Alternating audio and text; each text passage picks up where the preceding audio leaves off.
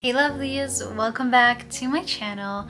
My name is Shams and I make lifestyle, productivity, and beauty videos. Just to give you reference, I am 25 years old and I graduated pharmacy school when I was 23 and I did an entire year of postgraduate training in a residency program. I remember in high school, I looked around and it seemed like everyone knew exactly what they wanted to do except for me. And the idea of picking one career that I'm going to do for the rest of my life just sounded daunting. And unfortunately, I didn't really have any hobbies or passions that I could focus in on and go with, so I really felt completely lost. It really is a lot of pressure to choose your career, especially right out of high school. I mean, you barely know yourself. You've been in school all of your life. You barely had any time to explore yourself, to see what you like and what you don't like, let alone here you are at 18 years old, you're trying to pick a career. Let me just start off by telling you this. Just because you don't know what you want to do, it does not mean that you have to sit down and just think about it until you find the perfect job, because there isn't really a perfect job. The most important thing,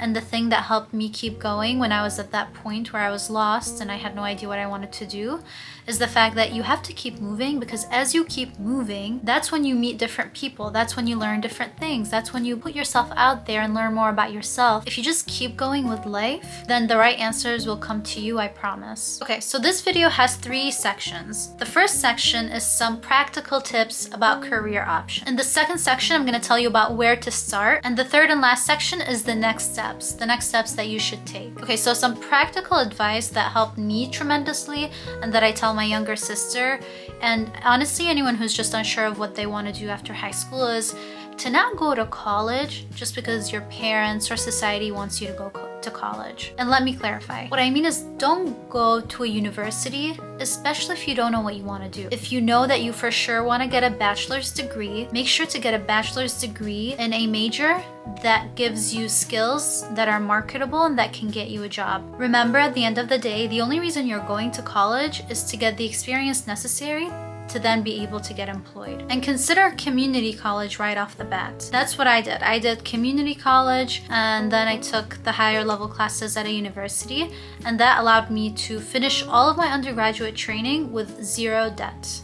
Just think about it. Why would you go to a university, pay thousands of dollars for an English course that you can get for less than half the price at a community college? At the end of the day, there's a reason why community college credits transfer to university, is because they are equivalent. And trust me, the college experience, I feel like it's almost like a scam. And again, I mean, unless your family is paying for your college and that's something you want to do, just to go to college, party and all of that, then, you know, to each their own. But my advice is to just really be smart about it. Try to finish college as quick as possible, because again, the only reason you're going to college is to learn skills, maybe get connections, and then get a job that you are happy with that pays very well.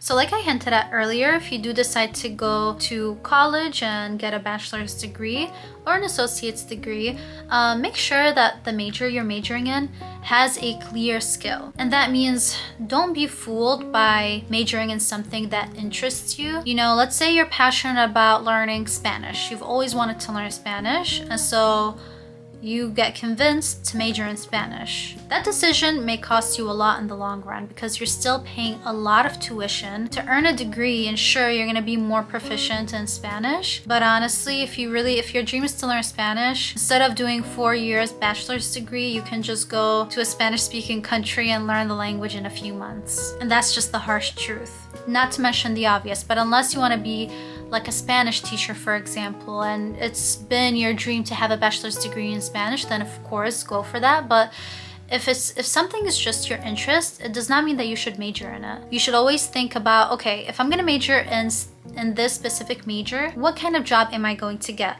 And does that sound interesting to me? And will that pay me well? How is the return on investment? So the return on investment is basically, you want to get the most bang for your buck for the amount that you're spending on your education. For example, if you decide to be a doctor, a physician, it's gonna cost you a lot of money to be a doctor. You're gonna be in a lot of debt, you're gonna be investing a lot of money, but the return on investment is huge. You're gonna be making your debt maybe in a couple of years after graduating residency. Also, think about things like saturation. Is the major that you are majoring in super saturated? For example, business. Let's be honest, there are a lot of business majors and there are limited amounts of job opportunities. It may seem like a good idea because it's a broad major, And that is true, but unless you go to a really great name school, chances are you're not gonna get a high-paying job right off the bat. And again, that's aside from the obvious, like accounting. That's a good degree to have that I think is within the business category. But you know, if you study communications or marketing, just know that it's immensely saturated. And in this day and age, if you really want to work as a marketer at a certain company, then just prove yourself to be a good marketer. You know, you don't even have to go to college. Market yourself on social media, grow a social media account, and your jobs are gonna come that way. So just remember that just because you have an interest in something, it does not mean you should major in it. In my opinion, majors like philosophy, art history, women's history, gender studies, creative writing, psychology, and majors like that, you want to be honest with yourself and realize that a lot of these jobs are immensely saturated, and when you finish them, the types of jobs that you are gonna get are probably jobs that you could have gotten without a degree. So these are my practical words of advice. I hope that that wasn't too harsh, but that's the information that I learned during my research and also what I've seen throughout life. So now that we talked about which majors to avoid and why we're even getting a major, let's talk about where to start. If you're anything like me, you might have tried these like career quizzes that you take online. I know they did some in my high school as well.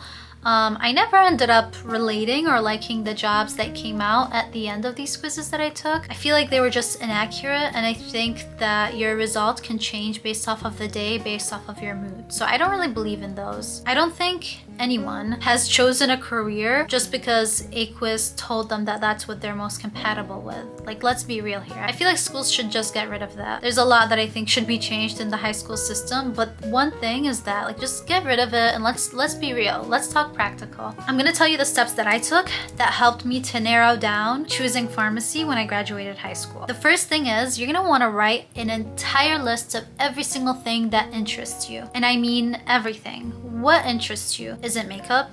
Is it talking? Is it being active? Is it communicating with people? Is it working with people? Is it working with animals? Is it working with special needs individuals? Is it traveling? Like, what interests you? What did you like doing as a kid? What did you think you wanted to do as a kid? The second thing you're gonna wanna do is to write down a list of priorities. And you don't have to have them organized at first, just write down what is important to you. Is it finishing school as soon as possible? Because then you might wanna consider an associate's degrees and jobs that only need an associate's degree. Or is it having good pay? Is it having a good respectable status? Is it being able to travel? Is it being able to work with people? Is it not wanting to work with people? Is it that you want to work from home? Write down all the things that are important to you. Okay, so now I want you to make a list of all the things that you are good at. I want you to remember things that people have told you about yourself. So have people called you funny? Have people called you organized? Have people said that you have amazing critical thinking skills? Are you an amazing communicator? Are you good at public speaking? Have you always just been really good at math? Like, what is it that you're good at? Write all of that down. Because my biggest tip is to not go with something that you're bad at but has the things that you think you want. You don't want to struggle more than you have to. For example, myself, I suck at math. I don't like math. I want nothing to do with physics. Just looking at that material makes me want to, I don't know, run away. So what I did not do is choose an engineering degree. No, thank you. If I chose engineering, it would have taken me 10 years to finish because I was bad at it.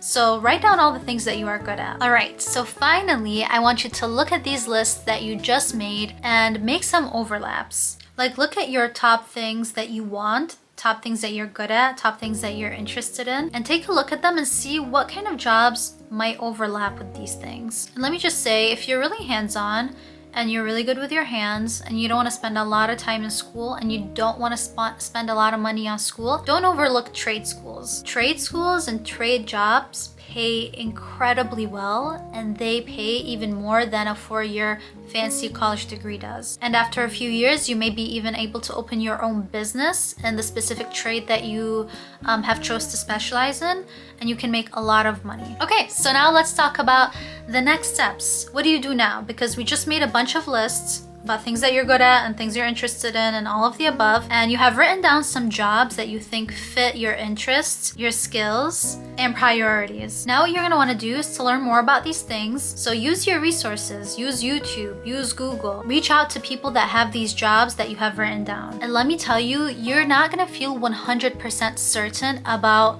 the jobs that you have written down or the job that you're gonna choose. Trust me. I feel like a lot of people put a lot of pressure on doing what you love or doing what you're passionate about, but the reality is the people that know exactly what they want to do, that they know exactly what their passion is, these people are very few, and they're very lucky to be able to make money off of that.